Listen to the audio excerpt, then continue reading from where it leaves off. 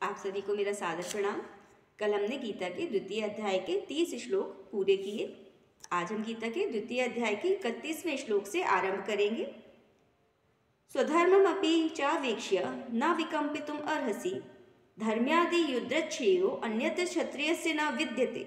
भगवान कहते हैं कि हे अर्जुन, तुम क्षत्रिय हो, धर्म की रक्षा हेतु युद्ध करना ही तुम्हारा कर्तव्य है, तुम्हारा कर्म है। इससे बढ़कर तुम्हारे लिए कोई और कर्म नहीं है। अतः संकोच किए बिना युद्ध करो, तुम्हें संकोच करने की कोई आवश्यकता नहीं है। यत्रिच्छया चोपपन्नम स्वर्गद्वारम पावृतम सुखिना क्षत्रिया पार्थ लभन्ते युद्धम मीदृशम। भगवान कहते हैं कि वे क्षत्रिय बहुत ही भाग्यशाली होते हैं जिनके सामने इस प्रकार धर्म की रक्षा करने हेतु युद्ध का अवसर आ जाता है। वो क्षत्रिय बहुत सुखी होते हैं क्योंकि ऐसा युद्ध जिसमें वो धर्म की रक्षा कर सके उनके लिए स्वर्ग के द्वार खोल देता है। अथ चेत्त्वमिमं धर्म्यं संग्रामं न करिष्यसि तथा सुधर्मं कीर्तिं च हित्वा पापं वाप्यसि।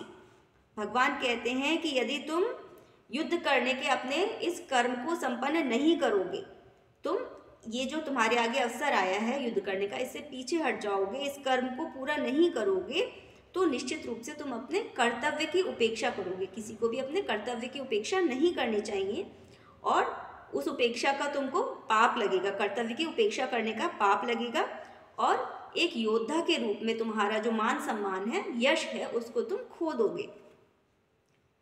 अकीर्तिम चापि भूतानि कथयिष्यन्ति ते व्ययाम संभावितस्य चा कीर्तिम मरणादिति रिच्यते।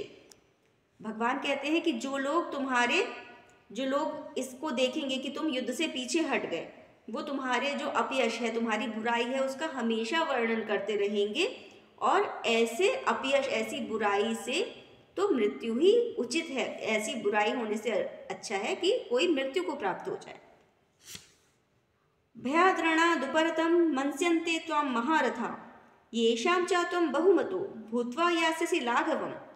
भगवान कहते हैं जिन जिन योद्धाओं ने तुम्हारी यश गाथा गाई है, तुम्हारी बड़ाई की है, तुम्हारे योद्धा के रूप में तुम्हारे यश का वर्णन किया है, वे सभी सोचेंगे कि तुम डर के मारे युद्ध से पीछे हट गए हो, तुम भयभीत होकर के डर के मारे जो है तुमने युद्ध भूमि को छोड़ दिया है और तुम्हारे इस कार्य के कारण वो तुम्हें तुच्छ समझेंगे, तुम्हें नीचा समझेंगे।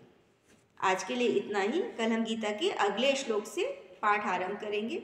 तब तक के लिए वीडियो को लाइक करें, चैनल को सब्सक्राइब करें। धन्यवाद।